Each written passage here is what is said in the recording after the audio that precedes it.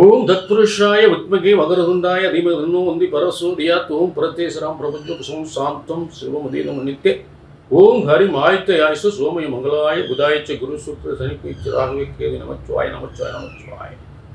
அனைவருக்கும் கோடான கோடி நமஸ்காரங்களை 18 சித்தர்களும் முனிவர்களும் உருவாக்கிய பிரம்மசக்தி சித்தர் வாக்கு ஜோதிடரை தெரிவித்துக் கொள்கிறேன். இது பிரம்மனால் படைக்கப்பட்ட ஜோதிட சாஸ்திரம் என்பதை ஒருபோதும் மறந்து விடாதீர்கள். நாம் நினைப்பதெல்லாம் நடப்பதில்லை. நம்ம என்னென்ன காரியங்கள் நினைக்கிறோமோ அது நடக்குமா, இது நடக்குமா, அப்ப எல்லாமே நம்ம நினைக்கிறதெல்லாம் நடக்குமா? அப்ப நீங்க நினைக்கக்கூடிய காரியங்கள், எடுத்த காரியங்கள் வெற்றி பெறுவதும் தோல்வி பெறுவதும் அந்த காரகத்துவம் வாய்ந்த கிரகங்களின் மூலமாகத்தான். ஒவ்வொரு மனிதனுடைய வெற்றி தோல்விகளும் கிரகங்களால் மட்டுமே நடக்கின்றது என்பதை ஒரு மாற்று கருத்தே கிடையாது. ஒருபோதும் மறந்து விடாதீர்கள். அதை கணித்து சொல்வதுதான் ஜோதிடருடைய கடமை. உங்கள் வாழ்க்கையில் எது, எங்கே வெற்றி, எங்கே தோல்வி என்பதை ஜோதிடர்கள் சரியாக கணித்து சொல்வதுதான் ஒரு முக்கிய விஷயம், முக்கியத்துவம் வாய்ந்தது. ஜோதிட சாஸ்திரம் என்பது ஒருபோதும் தப்புவதில்லை, தவறுவதில்லை. பிரம்மன் உங்களுக்குன்னு ஒரு விதியை எழுதியிருக்கார். இங்கே சொல்லப்படுகின்ற பலன்கள் பொது பலன்கள். மேசராசியா, மேசராசிக்கான கோடான கோடி பேருக்கு சொல்லப்படுகின்ற பொதுவான பலன்கள். இதுல பிரம்மன் உங்களுக்குன்னு ஒரு விதி, எனக்கு அது நடக்க மாட்டேங்குது, இது நடக்க மாட்டேங்குது, இந்த பிரச்சனை இருக்கு, அந்த பிரச்சனை இருக்கு, கல்யாணம் முடிய மாட்டேங்குது, குழந்தை இல்லை, இப்படின்ற பிரச்சனைகள் உங்களுக்குன்னு ஒரு தலையெழுத்து எழுதியிருப்பார். அது எப்பப்ப நடக்கும், அதுக்கு என்ன தசாபுத்தி, எந்த தசாபுத்தியில நடக்கும்ன்றத பிரம்மன் எழுதியிருப்பார்.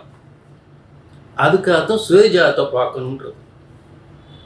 கீழே நம்பர் இருக்கு, நோட் பண்ணிக்கங்க. உங்களுக்குன்னு ஒரு நேரத்தை ஒதுக்குங்க, ஒரு அப்பாயின்மெண்ட் டயத்தை வாங்கிக்கிங்க, சரிங்களா? தெளிவாக பார்த்துக்கலாம்.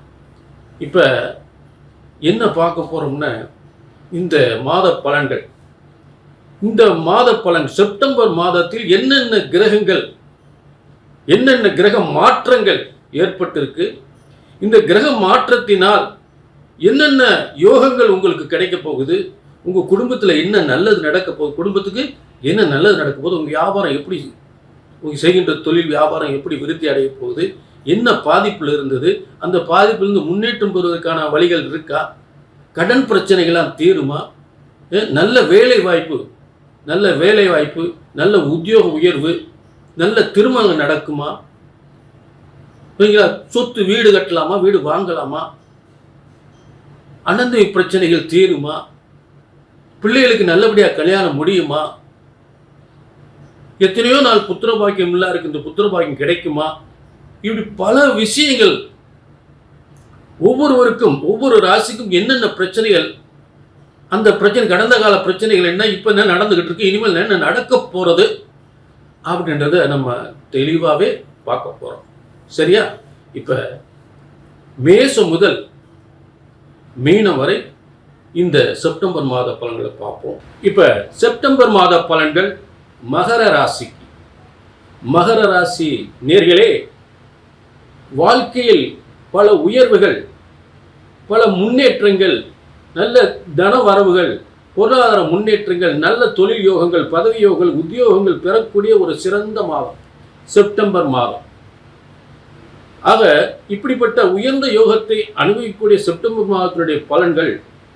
இப்போ அதற்குடைய கிரக அமைப்புகள் என்னன்னு பார்த்தோம்னா, முதல்ல உங்களுக்கு தனஸ்தானத்தில் சனி ராகு, 6ஆம் இடத்தில் குரு, அதே 7ஆம் இடத்தில் சுக்கிரன், 8ஆம் இடத்தில் சூரியன் புதன் கேது, அதே 9ஆம் இடத்தில் செவ்வாய். இதுதான் இந்த செப்டம்பர் மாதம் ஆரம்பிக்கும் போது இருக்கக்கூடிய கிரகணிகள். அப்புறம் கிரகங்கள் மாறுது. முதல் இதற்குரிய பலன்களை பார்ப்போம். அப்போ தனஸ்தானத்தில் பொதுவாக பார்த்தீங்கன்னா, ஒரு எந்த ஒரு ஜாதகருக்குமே மேஷத்திலோ சிம்மத்திலோ தனுசு ராசியிலையோ கும்பத்திலேயோ கிரக அமைப்புகள் வலிமையாக இருந்தால் மிகப்பெரிய யோகத்தை, தன யோகத்தை, பதவி யோகத்தை, சொத்து யோகத்தை, பேரும் புகழும் கொட்டித்தரும். இப்போ இந்த 4 ராசிகளில் 2 ராசிகள் உங்களுக்கு வலிமையாக இருக்கின்றது. காலபுருஷ தத்துவப்படி அந்த 5ஆம் இடம், புகழ் தரும் இடம், உங்களுக்கு பணபரஸ்தானமாக சூரியன் உட்கார்ந்திருக்கார். மகர ராசிக்கு 8ஆம் இடத்தில். 2ஆம் இடத்தில் அதே பணபரஸ்தானம், அந்த பணபரஸ்தானத்தின் மூலத்திரிகோண ஸ்தானத்தில் சனி ஆட்சி பெற்று ராகுடன் இணைந்திருக்கிறார். ஆக ராகுவை போல் கொடுப்பான் இல்லை அப்படின்னு சொல்லக்கூடிய அமைப்புக்கு ஏற்றவாறு, மேலும் சனிவான் உங்களுடைய திடகாத்திரமான ஆயுள்காரனாக இருந்து அதே நேரத்தில் உங்களுடைய தொழில் வருமான முன்னேற்றம், குடும்ப வருமானத்துக்குரிய முன்னேற்றங்கள் அனைத்தும் சில தடைகளோடு வந்தாலும் ஒரு முன்னேற்றமான காலத்தை நிச்சயமாக உருவாக்கும். நல்ல பதவி யோகம், நல்ல வருமான யோகம், எடுத்த காரியம் வெற்றி அடைதல் என்று சொல்லக்கூடிய அனைத்தும் சிறப்பு வரும். அப்ப வாக்கு, கல்வி சிறப்பு வரும், வருமானம் சிறப்பு வரும். புரிஞ்சுட்டீங்களா? கல்வி, வாக்கு, கல்வி, வருமானம், வியாபாரம், உங்க வியாபாரம், இந்த இதற்குரிய இடம் தான் 2ஆம் இடம். சரி, ஆக அடுத்ததாக 6ஆம் இடம். 6ஆம் இடம் ஒரு அதிகாரத்துவமான உத்தியோகம் பெறுதல். ஏன்னா 12ஆம் அதிபதி 6ஆம் இடத்தில் இருந்தால் ஒரு இடமாற்றம் பயணத்தின் மூலம் 12ஆம் அதிபதி, மகரத்துக்கு 12ஆம் அதிபதி ஒரு 6ஆம் இடத்திற்கு வந்தால் ஒரு அதிகாரத்துவமான உத்தியோகம், ஒரு தலைமை பொறுப்பு, ஒரு கம்பீரமான ஒரு பேரும் புகழும் கிடைக்கக்கூடிய ஒரு முக்கிய பொறுப்புகள், ஒரு நல்ல இடமாற்றங்கள், தொழில் மாற்றங்கள், இடமாற்றங்கள் ஏற்படக்கூடிய ஒரு அதை உத்தியோகம் கிடைக்கக்கூடிய, சிலருக்கு உத்தியோகம் கிடைக்கும், கல்வியால் உத்தியோகம், சில பேர் தொழில் கல்வி, மருத்துவம் சார்ந்த கல்வி படிக்கக்கூடியது, சில பேர் இந்த மாதிரி காவல்துறை சம்பந்தப்பட்ட கல்வி படிக்கிறது. இதெல்லாம் இந்த 6ஆம் இடத்துக்கு, இராணுவம், காவல்துறை, இந்த மாதிரி துறையில் ட்ரைனிங் போகிறது, இதெல்லாம் சிறப்பாக மகர ராசிக்கு சில பேருக்கு அமையும். பெரும்பாலும் மகர ராசிக்காரவங்க கலைத்துறை, ஐடி துறையில், கலைத்துறையில் இருக்கக்கூடிய ஒரு சிறப்பு அமைப்புகள், தங்கத்துறையில் இருப்பாங்க, கலைத்துறையில் இருப்பாங்க, சினிமா துறையில் இருப்பாங்க. இல்லை, இவெல்லாம் அவங்களுக்கு சிறப்பு பெறக்கூடிய நிலையில் இருக்கும். இப்போ மேலும் இப்போ மகரத்துக்கு 7ஆம் இடத்தில் 5ஆம் அதிபதி 7ஆம் இடத்துல உறவில் திருமணம் இல்லாட்டி காதல் திருமணம். அடுத்து 5க்குரியவன் சுக்கிரன் 7ல் இருக்கார். ஆக உறவில் திருமணம் இல்லாட்டி காதல் திருமணம் நிச்சயமாக ஏற்படும். அடுத்து 8ஆம் இடத்துல சூரியன், புதன், கேது. ஆக புதனாகப்பட்ட 6ஆம் அதிபதியாகி 8ஆம் இடத்தில் இருந்தால், அதுவும் அந்த இடத்துல ஆட்சி பெற்ற சூரியனோடு இருந்தால் புத ஆதித்ய யோகம், பணபரஸ்தானத்தில் எதிர்பார்ப்பதை விட அதிகமாக பண வருமானங்கள், பதவி யோகங்கள், திடீர் பதவி யோகங்கள், அதாவது ஒரு லாட்டரி யோகம் போல ஒரு பதவி யோகம். அதனால் பண வரவு, ஒரு உத்தியோகத்தில், தொழில், வியாபாரத்தில், வருமானத்தில், முன்னேற்றத்தில் சிறந்த வருமானங்கள் ஏற்படக்கூடிய, மன நிறைவான வருமானங்கள் ஏற்படக்கூடியது, திடீர் அதிர்ஷ்டத்தை ஏற்படுத்தக்கூடியது அந்த 8ஆம் இடம் பணபரஸ்தானம். அதுக்கு பேர்.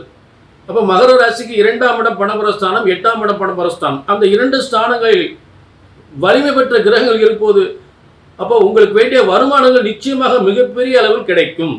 அதில் மாற்றமே கிடையாது. புரிஞ்சுட்டீங்களா? ஆனால் வருமானம் நிச்சயம் கிடைக்கும். அதில் சில முயற்சிகளில் கொஞ்சம் தடை தாமதம் இருக்கத்தான் செய்யும். ஆனால் வெற்றி எளிதில் எல்லாமே நினைத்ததெல்லாம் நடந்து விட்டால் தெய்வம் ஏதுமில்லை அப்படின்னு ஆயிரும். சரி, இப்போ இப்படிப்பட்ட கிரக அமைப்புகள். அடுத்து உங்களுக்கு செவ்வாய் 4-11 மகர ராசிக்கு 4-11 செவ்வாய் பாக்கிய ஸ்தானத்தில் இருக்கக்கூடியது.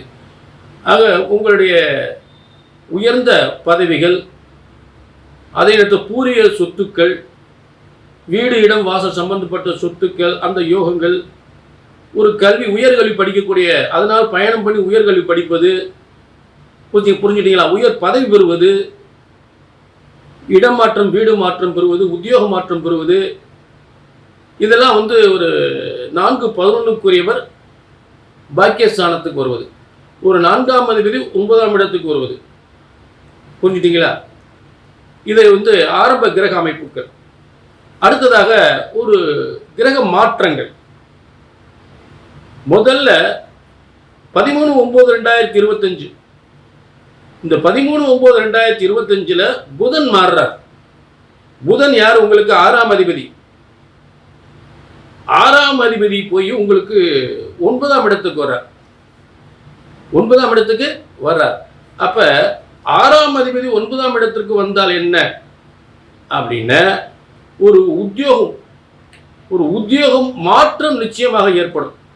ஒரு தொழில் மாற்றம் நிச்சயமாக ஏற்படும். அதில் எந்தவித சந்தேகமே இல்லை. உத்தியோக மாற்றம், தொழில் மாற்றம், இடம் மாற்றம், பதவி உயர்வு, ஆணையிடும் அதிகாரம் சம்பந்தப்பட்ட பதவி உயர்வு நிச்சயமாக ஏற்படும். என 6ஆம் அதிபதி 9ஆம் இடத்தில் ஆட்சி பெற்று இருக்கிறது. புரிஞ்சுட்டீங்களா? ஆட்சி பெற்று இருக்கக்கூடிய அற்புதமான அமைப்பு. அப்ப ஒருவேளை உங்க தந்தைக்கு உயர் பதவி கிடைக்கலாம், டிரான்ஸ்ஃபர் கிடைக்கலாம், உங்களுக்கு உத்தியோக உயர்வு முன்னேற்றம் கிடைக்கலாம். அதுல எந்தவித மாற்றமே இல்லை. அடுத்ததாக ஆவணி 29 14/9/2025 இந்த 14/9/2025 அன்று செவ்வாயாகப்பட்டவன் 9ஆம் இடத்திலிருந்து 10ஆம் இடத்துக்கு வரார். இப்ப 4க்குரியவர் 10க்கு வந்த என்ன? நீங்க செய்யக்கூடிய தொழில் முன்னேற்றம், பொதுமக்கள் ஆதரவோடு உயர்ந்த முன்னேற்றம் 4/11க்குரிய 10ஆம் இடத்திற்கு வந்தால் சகோதரர் செய்யக்கூடிய தொழிலும் முன்னேற்றம் ஏற்படலாம். நீங்கள் செய்யக்கூடிய தொழிலும் முன்னேற்றம் ஏற்படலாம். பூமியிடம் சம்பந்தப்பட்ட தொழில்கள் முன்னேற்றம் ஏற்படலாம். இடம் பூமி சம்பந்தப்பட்ட தொழில்கள், வாகன தொழில்கள், டிரான்ஸ்போர்ட் சம்பந்த தொழில்கள் இதெல்லாம் சிறப்பு பெறுவதற்கு வாய்ப்புகள் உண்டு. வாகன தொழில், இடம், வீடு, வாசல், சகோதர சம்பந்தப்பட்ட பிரச்சனைகள் எல்லாம் வெற்றியாக முடியறதுக்கு வாய்ப்புகளை கொடுக்கும். சரிங்களா? அடுத்து ஒரு மாற்றம் என்ன? 15/9/2025 இதில் சுக்கிரன் உங்களுக்கு 7லிருந்து 8க்கு போயிடுறார். அப்பவும் உங்களுக்கு பணவர ஸ்தானத்துக்கு தான் போறார். 5ஆம் அதிபதி 5/10க்குரியவன், அதாவது ஒரு தொழில் ஸ்தானத்திற்கு லாபஸ்தானம் தான் 8ஆம் இடம். 10ஆம் இடத்திற்கு 11ஆம் இடம், 10ஆம் இடத்திற்கு 11ஆம் இடம் தான் இந்த 8ஆம் இடம். அப்ப இந்த 8க்குரியவன் பணவரஸ்தானத்துக்குரியவன். அந்த பணவரஸ்தானத்தில் வலிமையோடு கிரகங்கள் இருக்கும் பொழுது, மேலும் அங்கே ஆட்சி பெற்ற சூரியன் இருக்கும் பொழுது ரொம்ப சிறப்பான யோகம், நல்ல யோகம். புரிஞ்சுட்டீங்களா? ஆக பண வருமானங்கள் மேலும் மேலும், தொழில் வருமானங்கள் மேலும் மேலும் முன்னேறக்கூடிய நிலை ஏற்படும். அடுத்ததாக இந்த 17/9 சூரியனாகப்பட்டவன் 12க்கு வந்துடுறார். இது 9க்கு வந்துடுறார். 8ல் இருக்கிற சூரியன் பாக்கியஸ்தானத்துக்கு வந்துடுறார். அப்ப பாக்கியஸ்தானத்துக்கு வரும் பொழுது உங்களுக்கு மேலும் செல்வங்கள், பதவி உயர்வுகள், மேலும் நல்ல முன்னேற்றங்கள் சிறப்பு பெறும். இது பார்த்தீங்களா? இத்தனை கிரகங்கள் மாற்றங்கள் உங்க வாழ்க்கை தலைகீழாக மாற்ற போகுது. உங்க வாழ்க்கையில மிகப்பெரிய முன்னேற்றம், மிகப்பெரிய ஒரு சாதனைகள், மிகப்பெரிய வெற்றிகள் அனைத்துமே இந்த காலங்களில் சிறப்பு பெறும். நல்ல கவனிங்க மகர ராசி நேயர்களே. இது பொதுவான மகர ராசிக்குரிய பொதுவான பலன்கள். உங்களுக்கு ஒரு நீண்ட நாட்கள் இது நடக்கலை, கல்யாணம் முடியல, சொத்து பிரச்சனைகள், தொழிலில் மந்தமாக இருக்குது, தொழில் முன்னேற்றம் இல்லை, ரொம்ப நாள் அப்படித்தான் இருக்குது, இல்லாட்டி சொத்து பிரச்சனைகள், கொடுக்கல் வாங்கல் பிரச்சனைகள், வீட்டில் சகோதரிகளுக்கு திருமணம் நடக்கலை, இப்படின்ற ஏதாவது பிரச்சனைகள் இருந்தால் அது உங்கள் தனிப்பட்ட ஜாதகத்தை பிரம்மன் உங்களுக்குன்னு எந்தெந்த காலத்தில் இது நடக்கணும்னு சொல்லி பிரம்மன் உங்கள் தலையெழுத்தில் எழுதியிருப்பார். எப்போதான் நடக்கும் அப்படின்றத ஒரு தலையெழுத்தா பிரம்மன் எழுதியிருப்பார். அதை தெரிஞ்சுக்கணும்னு கீழே நம்பர் இருக்கு, ஒரு நம்பரை நோட் பண்ணிட்டு ஒரு அப்பாயின்மெண்ட் வாங்கிக்கலாம். ஒரு நல்ல நேரத்தை, ஒரு அப்பாயின்மெண்ட் வாங்கி நல்ல நேரத்தை, ஒரு 1/2 மணி நேரம் டயத்தை ஒதுக்குங்க.